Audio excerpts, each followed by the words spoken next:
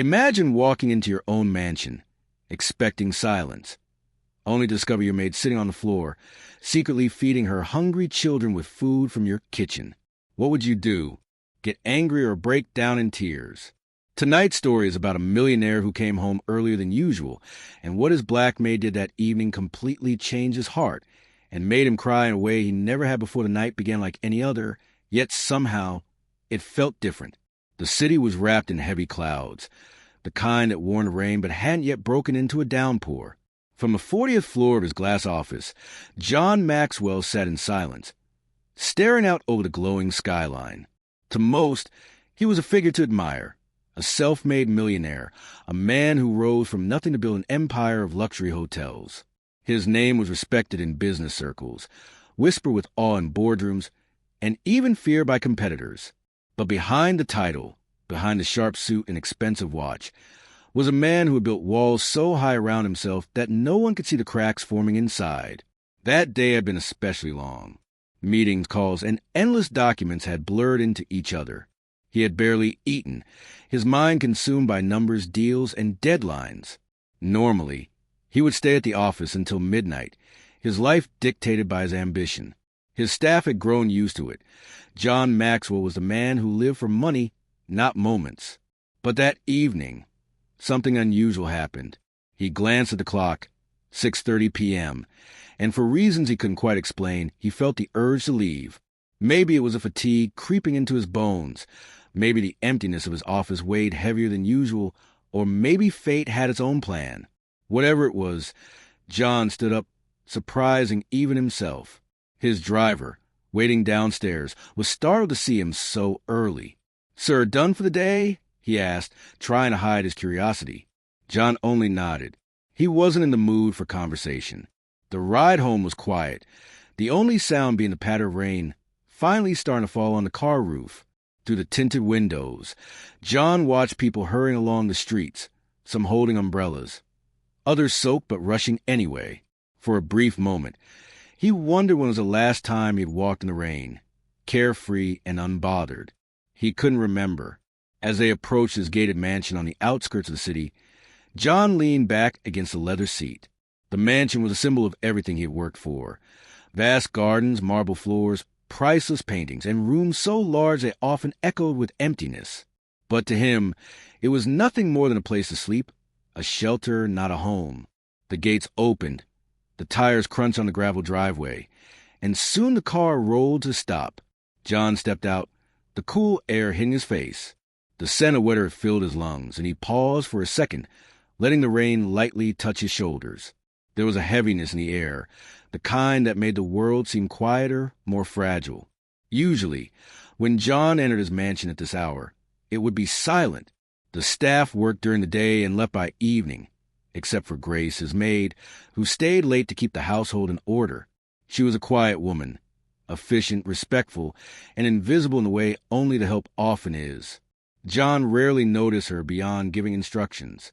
As he walked to the tall oak doors, he expected that same stillness, the kind of silence that always reminded him how alone he truly was, despite all his wealth. But tonight, something was different. From down the hallway, he heard faint sounds, not the usual hum of a vacuum cleaner or the clinking of dishes, but laughter, small, hushed laughter, mixed with the murmur of a voice he recognized as Grace's. He frowned, his expensive shoes clicking against a marble floor as he walked further inside. The sound grew clearer as he approached the living room. Light spilled into the hallway from the slightly open door. John slowed his steps, his instincts torn between curiosity and suspicion. As a man used to control, surprises were not something he welcomed. Who could possibly be in his house without his knowledge? He felt a flicker of irritation. This was his space, his sanctuary, and nothing ever happened here without his permission. And yet, as he drew closer, the irritation gave way to something else. Intrigue. He couldn't quite make out the words, but there was warmth in Grace's voice, softer, more alive than he had ever heard it before. It wasn't the voice of an employee speaking to a boss. It was a voice of a mother, filled with love and struggle, speaking to the most important audience of all. He stopped at the doorway, his hand resting lightly on the frame, and peered inside. What he saw made his heart stutter. Grace wasn't alone. Sitting cross-legged on the floor were 3 children, their clothes warm but their eyes bright with curiosity. Plates of food, simple but filling, were spread out in front of them. The children ate eagerly, whispering between bites, while Grace watched them with a tender smile that John had never seen before. For a moment, John was frozen. His first reaction was shock, then confusion. This was his house, his food, his rules. Grace had never brought anyone here before, let alone children. He could feel the instinctive flare of authority rising in him, the voice that wanted to demand answers, to reassert control. But then something shifted. His gaze lingered on the children, their thin arms, the way they ate as if they hadn't tasted a proper meal in days, the way they clung to their mother's presence as if it was the only thing keeping them safe in the world. And just like that, John's anger dissolved into something he hadn't felt in years. Compassion. For the first time in his life, John Maxwell, the man who measured everything in profit and loss, stood at the edge of his own living room and realized he was about to witness something money could never buy. Little did he know, this night would not just challenge his beliefs, but completely transform the way he saw himself, his wealth, and the woman he had overlooked for so long.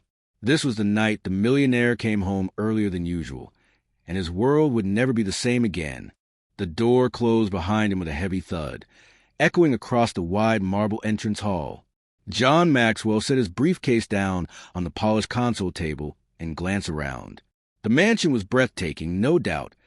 A grand staircase spiraled upward, glittering chandeliers hung overhead, and rare art pieces lined the walls. To outsiders, it was the dream house of a man who had it all. But to John, it was just walls and furniture. Empty, quiet, lifeless. For years, he had convinced himself that this was enough.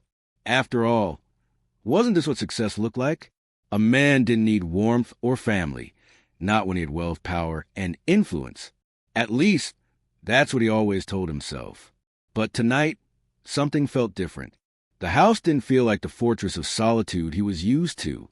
There was sound, subtle at first. He thought maybe it was the rain dripping through an open window or the wind brushing against the tall glass panes. But no, the sound was distinct. It was laughter. Not loud laughter, but small, careful, almost restrained, as though whoever belonged didn't want to be heard. John frowned, loosening his tie. Laughter was not a sound his mansion was familiar with. In fact, he couldn't remember the last time he had heard it here. Even when he occasionally hosted business dinners, the laughter of his guests was stiff, forced, and polite. This was different. It was light, innocent, genuine. He followed the sound, his shoes clicking softly against the marble floors. Each step he took deepened his curiosity. The hallway stretched long and silent, shadows flickering as the chandelier lights bounced off the walls. As he neared the living room, he noticed something unusual. The door wasn't shut all the way. A warm glow spilled out through a crack. He tilted his head slightly, listening. Now, he could make out more than just laughter. A woman's voice. Gentle, rhythmic, almost like a story being told. It was familiar, and yet different. Grace, John's maid of nearly 10 years. The woman who worked quietly in the background of his life, dusting the same shelves, polishing the same banisters, preparing the same meals. She was always polite, always efficient, always invisible. But here, behind that door, her voice carried a richness he had never heard before. It wasn't the voice of an employee reporting her duties. It was warm, vibrant, full of emotion. It was the voice of a mother. John's chest tightened. A strange unease settled over him. Who was she speaking to? Who was inside his house? He hadn't invited anyone, and Grace certainly didn't have permission to bring guests. He pushed the thought aside and moved closer, his curiosity fighting with irritation. He placed his hand on the cool brass handle of the door, but didn't push it open just yet. Instead, he peered through the narrow gap. The sight that met his eyes made him stop, breathing for a second. Grace was sitting cross-legged on the carpeted floor, her back slightly hunched, her apron still tied around her waist. In front of her were 3 small children, 2 boys and 1 girl, no older than 10. Their clothes were plain and worn, their hair slightly messy, and their faces carried the unmistakable signs of tiredness and hunger. Yet, despite that, their eyes sparkled as they leaned in closer to their mother, listening intently as she spoke. On the floor between them sat a tray with plates of food. Nothing extravagant, just rice, beans, and some bread, but to the children, it might as well have been a feast. They ate eagerly, chewing quickly, then slowing down as if savoring each bite. Grace's voice trembled as she told them a story. Something about courage, faith, and never giving up no matter how hard life became. Her words weren't just to entertain them. They were lessons, promises, prayers. John's heart gave a jolt. He had lived in this mansion for years, walked past Grace hundreds of times, given her instructions, signed her paychecks, and yet he realized in that moment he had never actually seen her. Not like this. Not as a woman with her own struggles, her own story, her own children. For the first time in a very long time, he felt something stir inside him. It wasn't anger at the intrusion. It wasn't annoyance that his rules had been broken. It was confusion, a gnawing question he couldn't push away. Why? Why had Grace, who never stepped out of line, risked so much to bring her children into his home? As he stood there, frozen in the doorway, a small voice from inside the room pierced the silence. It was a little girl, her plate almost empty. "Mama," she whispered, her tone both innocent and heartbreaking. "Why do you work so hard for people who don't even care about you?" The words hit John like a hammer to the chest. Grace's smile faltered. Her eyes glistened, but she pulled her daughter close, kissing her forehead softly. "Because, my love," she said quietly, "one day God will see, and that's enough for me." John staggered back slightly, his breath catching in his throat. He had expected to come home to silence, maybe pour himself a glass of whiskey, scroll through emails, and end the night as usual. Instead, he was standing here, eavesdropping on a kind of love, faith, and sacrifice he had long forgotten existed. The silence of his mansion had been broken, and with it, so had something deep inside of him. This was no longer just a house. Tonight, it was a window into a reality he had never cared to acknowledge, a reality that would soon change everything he believed about wealth, power, and life itself. Years passed, and the story of that one unforgettable night, the night a millionaire came home earlier than usual, lived on in the hearts of everyone who knew it. Grace's children grew in ways she had once only dreamed about. Her eldest son, David, thrived in school, his eyes set on becoming a doctor one day. Her daughter, Naomi, developed a love for books and often spoke about becoming a teacher, so she could help children who were struggling just as she once had. And the youngest, little Samuel, grew up healthy and happy, with a laughter that filled every room he entered. They were no longer children defined by hunger and hardship. They were children of hope, given the tools to dream and the courage to pursue those dreams. And all of it had begun because one man, wealthy, powerful, but once blind to the struggles around him, had allowed himself to cry, to feel, and to change. But the legacy didn't stop with Grace's family. John Maxwell's transformation became a ripple that spread across the city. Word quietly traveled at first. The ruthless businessman who once only cared about profits was now funding scholarships, building shelters, and quietly helping struggling families find their footing again. People asked him why. Why the sudden change of heart? Why the generosity? And his answer was always the same. Because one night, I came home early and I finally saw the truth. For Grace, John's kindness wasn't just about money or opportunities. It was about dignity. For years, she had felt invisible, like her pain didn't matter to the world. But when John chose to listen, when he chose to care, he gave her something far more powerful than charity.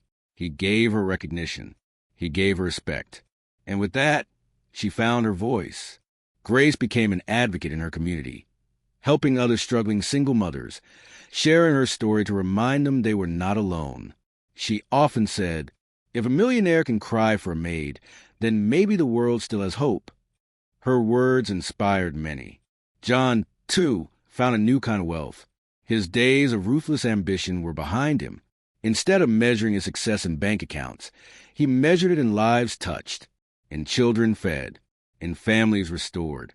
And in his heart, he carried a new truth. That wealth isn't about what you keep. It's about what you give. One evening, years later, John visited Grace's home. It wasn't a mansion, but it was warm, filled with laughter, photos on the walls, and the smell of food cooking in the kitchen.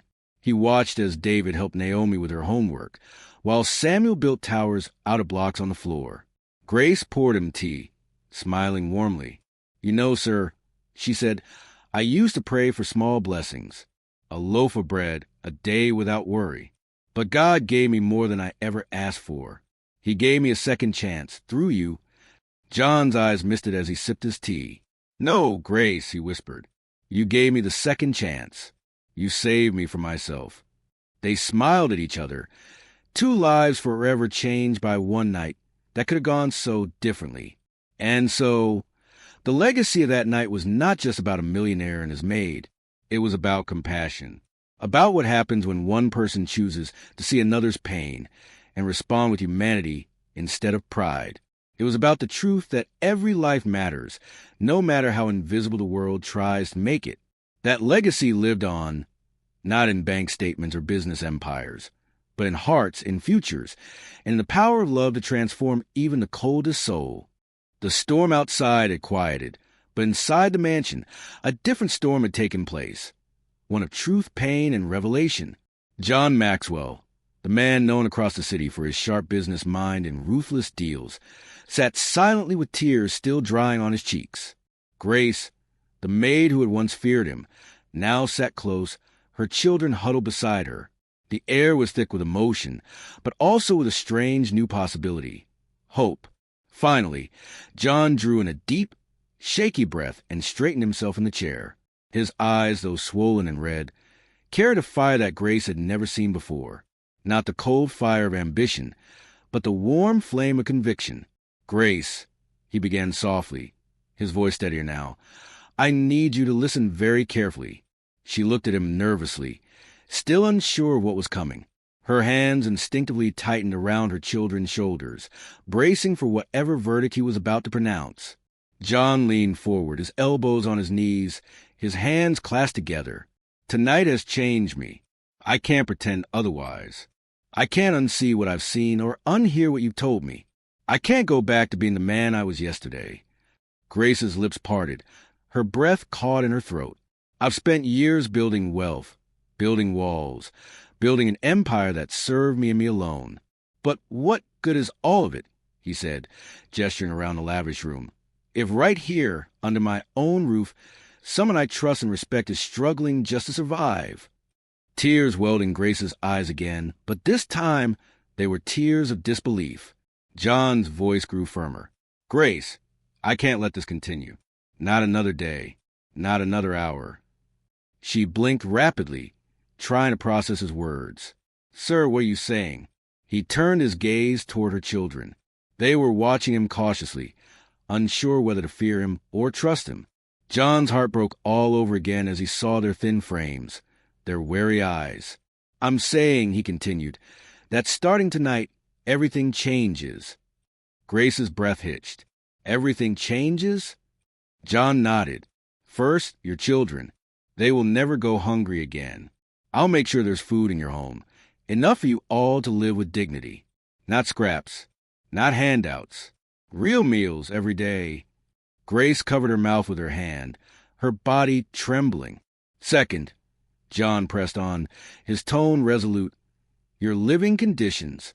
That cramped apartment you've been forcing your family into, it's unacceptable. Tomorrow morning, I'll have my assistant find a proper house for you. Somewhere safe, spacious, and close to schools for your children. You deserve a home, Grace, not just a roof." Her tears spilled freely now, her head shaking in disbelief. "No, no, sir, please. That's too much. I could never." But John raised a hand gently, cutting her off. "Grace, listen to me. This isn't charity. This is responsibility. You've given years of your life in service to me, to this house, and I never stopped to consider your world beyond these walls. That was my failure. Tonight, I'm correcting it. Grace stared at him, stunned.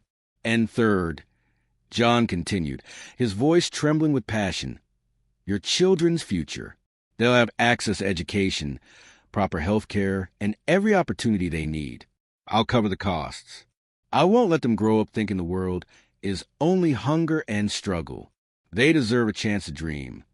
The eldest child gasped softly, his eyes lighting up in a way Grace hadn't seen in years. Education, he whispered, almost as if the word was too good to be true. John nodded firmly. Yes, you'll go to school, to college if you wish. Whatever path you choose, you'll have the chance to walk it without fear of hunger pulling you back. The boy's eyes brimmed with tears as he clung to his mother. Grace sobbed openly now, unable to contain the storm of emotions coursing through her. Sir, I don't know what to say, she whispered brokenly. John leaned back slightly, his expression soft but determined. Don't say anything, Grace. Just let me do what I should have done long ago. See you. Truly see you. For the first time that night, Grace felt the crushing weight on her shoulders begin to lift. She had walked into this house fearing punishment, expecting despair. Instead, she was walking into a future she had never dared to imagine. Her youngest daughter tugged at John's sleeve timidly. Mister, she said in a small, squeaky voice. John looked down, his heart melting at her innocent eyes. Yes, sweetheart. Does this mean we're safe now? The question cut him to his core. He swallowed hard and forced a smile through the tears threatening to spill again. He gently touched her small hand. Yes, he said, his voice breaking. You're safe now. I promise you, on my life, you're safe. Grace sobbed harder, pulling her children close, whispering prayers of thanks through her tears. That night, something miraculous happened in the grand Maxwell mansion. The millionaire who had once lived for himself alone made a decision that would forever alter not only Grace's life, but his own. For in saving her family, John Maxwell was saving himself. From loneliness, from blindness, from a life of empty wealth. The decision was made. The path was clear. From this night forward, nothing would ever be the same again. John Maxwell sat in silence, his usually composed face now pale, his hands trembling ever so slightly as Grace's words replayed in his mind. Every sentence she had spoken had been like a hammer, striking against the fortress of pride and indifference he had built around himself for years. The man who had sat at the head of boardroom tables, who had struck deals worth millions without flinching, now found himself unable to form a single response. His throat burned and his chest felt unbearably heavy. Grace, still holding her children close, misread his silence. She lowered her head, her voice a whisper. I'm sorry, sir. I shouldn't have said so much. I should have just cleaned up and left quietly. Please forgive me for burdening you. Those words shattered him. Burdening? She thought she was a burden, while all along she'd been carrying mountains on her shoulders with no one to help her. Suddenly, John felt his vision blur. His jaw clenched as he fought back the wave rising inside him, but it was no use. For the first time in decades, John Maxwell, the untouchable millionaire, broke. His hands rose to cover his face, but his composure collapsed entirely. A sob escaped his chest, deep and raw, echoing painfully in the quiet room. Grace froze. Her children stared wide-eyed. They had never seen a man like him, rich, powerful, untouchable, reduced to tears. John leaned forward, elbows on his knees, as tears poured down his face. He didn't care any more about pride, about appearances, about being the strong figure everyone expected. In that moment, he was just a man, broken by the truth of another's suffering. I'm sorry, he choked out between sobs. Grace, I'm so sorry. His shoulders shook violently, his tears falling onto the polished marble floor he once thought reflected his success. Now, it only reflected his shame. Grace's eyes widened in shock.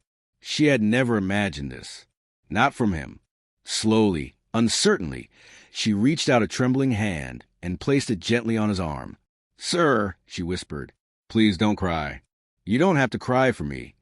But John shook his head, lifting his tear-streaked face to look at her. His eyes, red and swollen, burned with raw emotion. No, Grace, he said hoarsely. I'm not crying for you. I'm crying for me, for being blind, for being so consumed with money and power that I never saw the people right in front of me. You've been in my home for years, Grace. Years. And I never once asked about your life, about your children, about your pain. What kind of man does that make me? His words hit her like a wave. For so long, she had seen him only as her employer, a distant figure who lived in a world far removed from hers. But now, stripped of all pretense, she saw something different. A man who, for the first time, was confronting his own humanity. Grace's own tears flowed freely, but this time not from fear. There was something deeply healing about seeing him break, because it meant her story had pierced through. It meant her suffering had not been ignored. The children, sensing the shift, slowly let go of their mother's dress and stepped closer. The eldest, a boy of about 10, hesitated, then asked softly, "Mister, are you okay?" John's chest tightened again at the boy's innocent voice. He looked at him, then at the other two children, and shook his head. "No," he whispered, "I'm not okay. Not anymore. Because I've realized how wrong I've been." He reached into his pocket, pulling out the silk handkerchief he often used during business meetings. But tonight, it wasn't to polish his image. It was to wipe away tears that wouldn't stop coming. Grace tried to speak, but John raised a hand. "No, let me finish. All my life, I thought wealth was about numbers in a bank account, about houses, cars, and power. But sitting here, seeing your children eat scraps from my table, realizing that you've been suffering in silence under my roof. Grace, I've never felt poorer in my life than I do right now." The room was silent, except for his broken breathing. Grace pressed her hand over her mouth, stunned. She had never expected him to say such words. John continued, his voice shaking. "I spent years chasing success, building an empire, and yet what good is if I can't even ensure that the people closest to me live with dignity? What kind of man, what kind of human does that make me?" Another sob racked his body, and this time Grace couldn't hold back. She reached out with both arms, pulling him into a hesitant, almost motherly embrace. For a moment, Millionaire and Maid sat together on the same level, both weeping, both broken. But in that brokenness, something powerful was being rebuilt. The children watched quietly, their eyes wide. For the first time in their short lives, they saw someone with unimaginable wealth brought low by the truth of their struggle. And though they didn't fully understand it yet, they would remember this moment forever. The night a Millionaire came home early, and instead of anger, he showed something they never expected: tears. That was the breaking point. The night John Maxwell's heart finally cracked wide open. And from those cracks, something new was about to grow. The tension in the room began to ease, but Grace's hand still shook as she clutched her children close. John had said he wasn't angry, yet she found it difficult to believe. Years of hardship had taught her that kindness from the wealthy rarely came without a price. But something in John's voice, something raw and unguarded, told her this was different. He pulled out a chair and sat down slowly, no longer towering over them. For the first time, he seemed less like a powerful millionaire and more like a man trying to understand. "Grace," he said softly, "tell me everything. Please. I need to know." She hesitated. Her lips trembled as her gaze shifted from his eyes to the floor. It's a long story, sir." "I have time," John replied firmly. "And I should have asked years ago." Grace swallowed hard, her voice breaking as she began. "My husband, Daniel," she said, "was the kindest man I ever knew. We met when I was just a girl. He wasn't wealthy, but he had a heart bigger than this entire mansion. He worked 2 jobs to provide for us, and no matter how tired he was, he always came home smiling, always made time for the children. But 5 years ago, he got sick." Her voice faltered. "Cancer. We sold everything we had, our savings, our little car, even my wedding ring, just to pay for his treatment. And still, it wasn't enough. I held his hand when he took his last breath, and in that moment, it felt like my entire world shattered." Her tears came faster now, and her children clung tighter to her, as though they could feel the pain of the story they were too young to fully understand. "I tried to be strong. I had to be. I couldn't let my babies see me break. I promised them I'd find a way. That's when I came here, sir, when I begged for this job, and you gave it to me.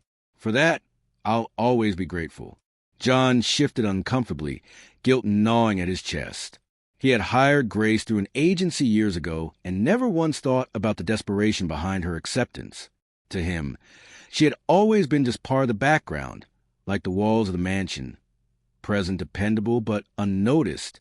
Grace continued, her voice quiet but steady now. "But life, it's been so hard. My pay barely covers rent for our tiny apartment. After school fees and bills, there's almost nothing left.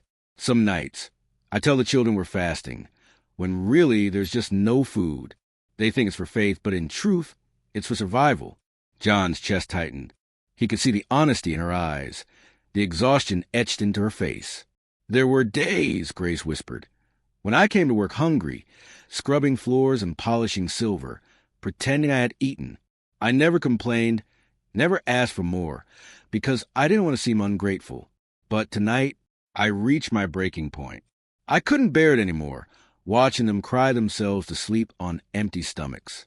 So I brought them here. I thought if I could just give them one warm meal, maybe one night apiece, it would be worth the risk." She buried her face in her hands, ashamed. "I know it was wrong. I know I crossed the line. But I'm their mother, and a mother will do anything to protect her children." The silence that followed was heavy, so heavy it seemed to press on the very walls of the mansion. John sat frozen, every word piercing him like a blade. For years, he had prided himself on being a self-made man, on building an empire from nothing. But the truth was, he had always had privileges Grace could never dream of, connections, opportunities, wealth to cushion his failures. He had never known the kind of suffering she described. For the first time in years, John felt ashamed of his wealth. Not because he had it, but because he had failed to use it to truly see the people around him.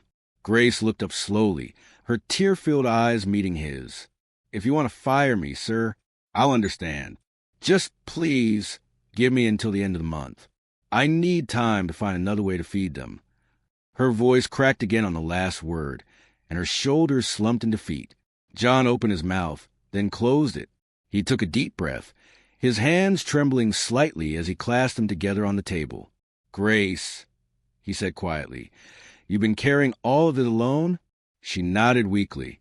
He shook his head, disbelief etched across his face. "All this time, you walked through my doors, served my meals, cleaned my floors, and smiled politely, while inside, you were fighting a battle I never even noticed." Tears welled in his own eyes now. He leaned forward, his voice breaking. "You should have never had to carry this alone." Grace's lips parted slightly, shocked by the crack in his voice. In all her years of working for him, she had never seen John Maxwell cry. The children, sensing the emotion in the room, looked between their mother and the millionaire with wide, curious eyes. For a long moment, the room was silent except for the sound of soft sobs, hers and now his. That night, Grace's truth poured out like a river that had been dammed for too long. And John listened, not as her employer, not as a millionaire, but as a human being finally seeing the woman who had quietly served his home for years. By the time her story ended, John knew his life, and hers, would never be the same again. The weight of the moment pressed heavily on John's chest as he stood in the shadows of his own mansion. His hand hovered near the door, his pulse racing. Every fiber of his being screamed for control, for order, for the authority he was used to commanding. But tonight, nothing was in his control. Not his emotions, not his thoughts, and certainly not the scene unfolding before his eyes. Finally, he could no longer remain a silent observer. He pushed the door open. The hinges creaked softly, and the sudden sound cut through the room like a knife. Grace froze. The spoon she was holding slipped from her trembling hand, clattering against the plate. Her children's laughter died instantly. Their eyes widened in fear as they turned toward the doorway, and for a brief second, silence swallowed the room whole. There he stood, John Maxwell, the millionaire, the master of the house. His tall frame filled the doorway, his face unreadable, his piercing eyes locked on them. Grace's heart sank. She knew this was the end. "Mr. Maxwell, I can explain," she stammered, her voice breaking. Her hands shook as she tried to gather the plates, as though clearing the evidence would undo what he had just witnessed. John raised a hand slightly. "Stop." His voice was calm but heavy with authority. Grace froze in place, her eyes wide with terror. Her children clung to her, their little bodies pressed tightly against her sides. The youngest began to whimper softly, burying his face in her apron. Grace tried again, her voice cracking. "Please, sir, don't be angry. I didn't mean to break the rules. They hadn't eaten. All day. I couldn't let them go to bed hungry again. I thought." Her words tumbled out, desperate, pleading. She was shaking so hard it seemed she might collapse. John stepped further into the room, his polished shoes brushing the carpet. The children shrank back, watching him like one might watch a lion entering its prey's den. Grace instinctively wrapped her arms around them, shielding them with her body. "I said stop," John repeated, but this time his voice was softer. Grace blinked in confusion, her lips trembling. "Please, don't fire me. I need this job. I swear, I won't ever bring them again. Please, don't take away the only thing keeping us alive." Her words hit him like a dagger. Fire her? That was what she feared most? That he would strip away her last lifeline, the job that barely sustained her, but still meant survival for her children? John's throat tightened. His chest felt heavy with guilt. For years, he had been the kind of man who might have done exactly that, cold, detached, unbothered by anyone else's struggle. But tonight, standing here, looking at Grace's tear-streaked face and her terrified children, something inside him broke. Instead of anger, a question slipped from his lips. Quiet, simple, human. "Why didn't you tell me?" Grace blinked, stunned. She hadn't expected that. Her mouth opened, but no words came out at first. Then, slowly, she whispered, "Because I didn't think you'd care." The honesty in her words hit him harder than any insult ever could. He took a deep breath, trying to steady himself. "Grace, how long has it been like this?" She looked away, shame burning in her eyes. "Since my husband passed," she admitted softly. "It's been years. He was everything. Provider, protector, father. When he died, everything collapsed. I tried, sir. I really did. I worked here. I worked nights at another place. But it's never enough. Rent, school fees, food. There are days we survive on almost nothing. And tonight, I couldn't bear it anymore. I could have watched them go to sleep with empty stomachs. Her voice cracked, and tears spilled freely down her cheeks. So I broke the rules. I'm sorry." The room fell silent. The rain outside tapped gently against the tall windows, as if echoing the tears that stained her face. John stared at her, his mind racing. Here she was, a woman who had worked faithfully in his house for nearly a decade, and yet he had never asked about her life, her struggles, her family. He had been so consumed with his empire that he had been blind to the quiet battle happening right under his roof. Grace held her children tightly, bracing herself for the verdict. She expected anger. She expected dismissal, perhaps even humiliation.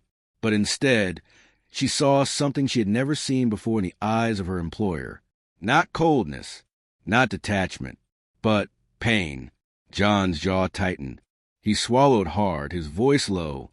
"Grace, I'm not angry." Her head shot up, eyes wide in disbelief. "You're not." He shook his head slowly. "No, I wish you had told me sooner." Grace's lips trembled. For a moment, she looked as though she might collapse from sheer relief. Her children, sensing the shift in tone, peeked at John nervously but no longer hid completely. John glanced at the children, then back at Grace. No child should go hungry. Not under my roof. Not ever. His voice cracked slightly on the last word, betraying the emotion he was struggling to keep contained. Grace's tears flowed freely now, not from fear, but from the unexpected kindness in his words. She bowed her head, her voice barely a whisper. "Thank you, sir, thank you." And in that moment, something changed between them. The invisible wall of wealth and status, of employer and employee, began to crumble. For the first time, John Maxwell wasn't just a millionaire in a mansion. He was a man standing before another human being, stripped of pride, humbled by truth. The confrontation was not what Grace had feared. It was the beginning of something far greater. John stood frozen at the doorway, hidden in the shadows of his own mansion. Every instinct told him to step forward, to reveal his presence, to demand answers. But something inside whispered, "Not yet. Listen." And so he listened. Grace's voice carried through the room, soft but steady, as her children gathered close. The flickering lamplight danced across their faces, highlighting their tired eyes and hopeful smiles. It was the little girl who broke the comfortable silence first. Her voice was innocent, but her question carried a weight far too heavy for a child of her age. "Mama, why you work so hard for people who don't even see you?" The words pierced through the air like a blade, cutting John to the core. He felt his stomach twist. He had thought of Grace as just another employee, efficient, quiet, dependable. But in her daughter's eyes, Grace was invisible to the very people she served.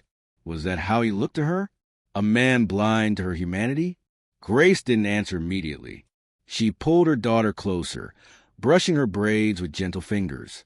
Her lips trembled slightly, but when she finally spoke, her voice was laced with strength. "My child, I work hard because I must. Not for them, but for you. Every dish I wash, every floor I mop, every long hour I spend here, it's not wasted. It's for your future. One day, you'll grow up, and you won't have to struggle the way I do." The girl blinked, confused. "But, Mama, what if things never change?" John held his breath, waiting for the answer. Grace's eyes filled with tears, though she tried to hide them. "Then I will still keep working," she said firmly, "because love doesn't quit. And even when the world pretends not to notice us, God notices. He sees our struggles. He knows our pain. And that is enough to keep me going." Her words struck John like thunder. For years, he had lived in a world where success was measured in numbers, profits, contracts, investments. He thought he understood struggle. After all, he had clawed his way up from poverty once. But he had buried those memories beneath wealth and arrogance, pretending he had never been weak, never been hungry. Yet here was Grace, living each day in that struggle he had forgotten, not just for herself, but for her children. And she did it with a strength he couldn't deny. The oldest boy, who looked about 10, set down his spoon and frowned. His voice was small but carried the frustration of a child who had already seen too much hardship. "Mama, why can't we have a house like this? Why can't we live like the people you work for?" John's chest tightened. He had asked himself that same question as a child, staring at mansions he thought he would never enter. The irony was not lost on him now. He had become a man in the mansion, while children like this still stood outside, wondering why life was unfair. Grace kissed her son's forehead. "Because, my love, the world is not always fair. Some are born with much, and some with little. But what we do with what we have, that's what matters. I may not have riches to give you, but I give you everything I can, my time, my strength, my love. That is our wealth." Her son's lips trembled, but he nodded slowly, as though trying to believe her words. The youngest boy, too small to fully grasp the way of the conversation, tugged at his mother's sleeve.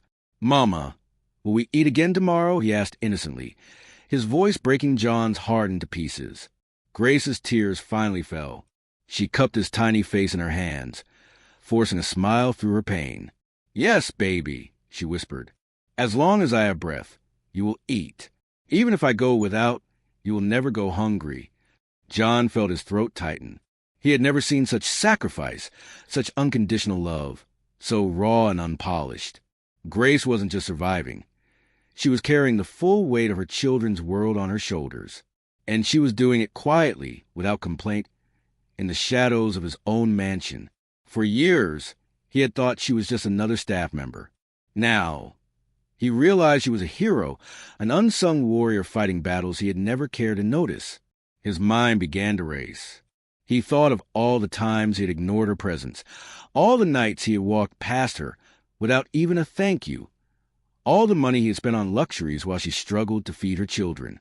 Shame burned in his chest. But mixed with that shame was something else, respect.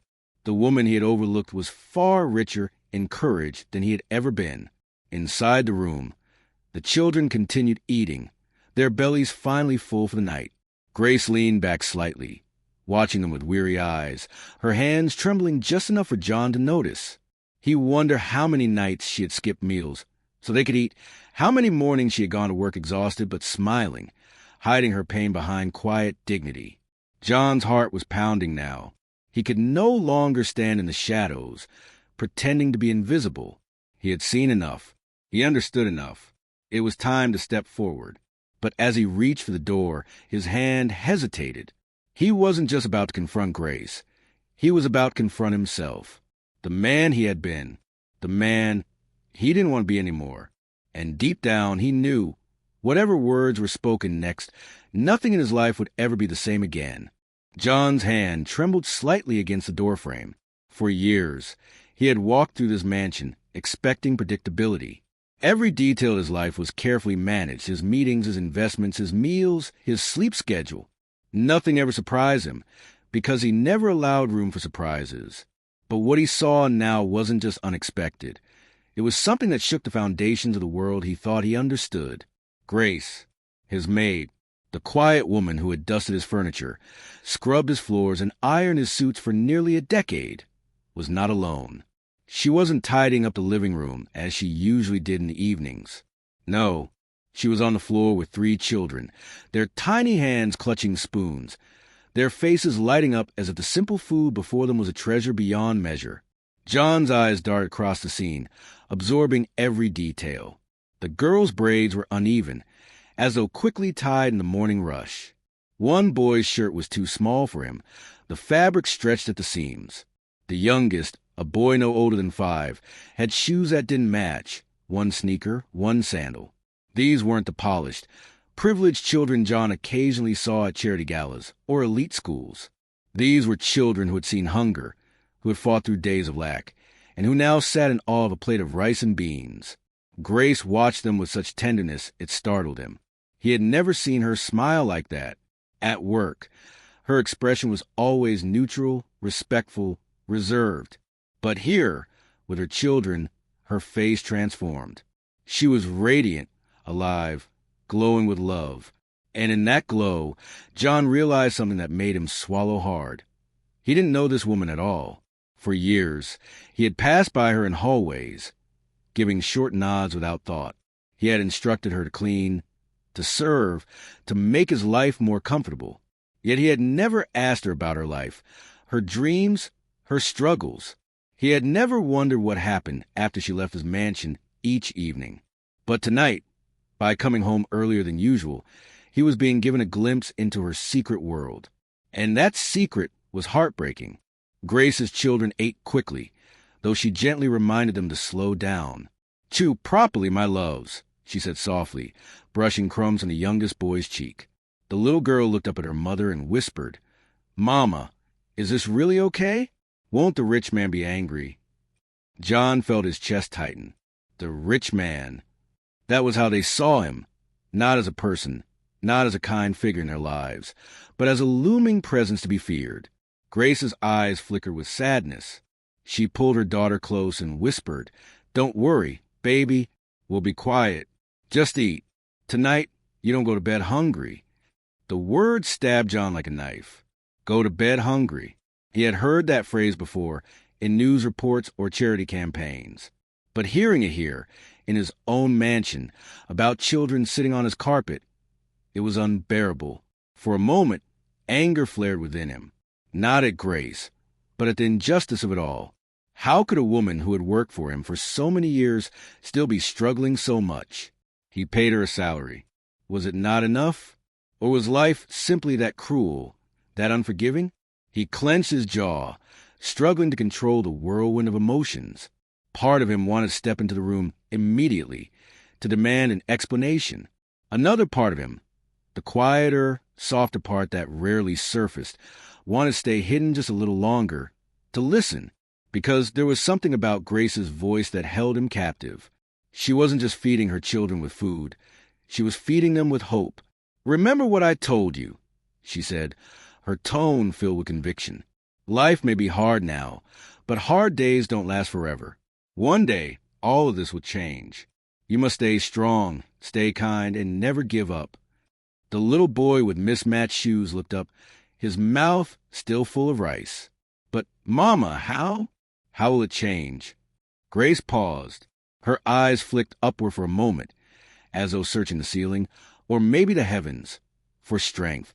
Then she smiled gently and said, "Because God sees everything. He sees us. Even when the world doesn't. Even when people overlook us. God never forgets. He will make a way." John's throat went dry. Those words weren't meant for him, but they hit him harder than anything anyone had ever said. Even when people overlook us. Had he been overlooking her all these years? The answer came quickly. Yes, he had. To him, Grace was an employee. Nothing more. A shadow in his mansion. Someone whose purpose began and ended with serving him. But now, as he watched her from the doorway, he realized how blind he had been. This woman wasn't just a maid. She was a mother, a warrior, a survivor. And here she was, risking her job, her dignity, everything, just to make sure her children didn't sleep with empty stomachs. A lump rose in John's throat, and he gripped the doorframe tighter. His mind was a storm of conflict. The man he had always been, the strict, cold, business-first millionaire, wanted to demand an explanation, to reassert control, to remind Grace of her boundaries. But the man he was slowly becoming, the man awakening inside him, felt something entirely different. Respect, admiration, and something he hadn't felt in years. Empathy. The silence in the hallway was deafening, but inside the room there was life. Real, raw, and perfect life. For the first time in his adult years, John Maxwell hesitated. He didn't know what to do. Should he step in now? Or should he listen a little longer? Because deep down he knew whatever happened next would change everything. This was Grace's secret. But soon it would become his truth as well. And that, my friends, was the story of the millionaire who came home earlier than usual, and what his black maid did that made him cry. Now I want to hear from you. What do you think of this story? Do you believe one act of compassion can truly change a life?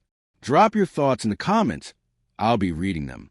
And if you enjoyed this video and want more powerful, heart-touching stories like this, make sure you hit that like button, subscribe to the channel, and turn on the notification bell so you never miss our next upload.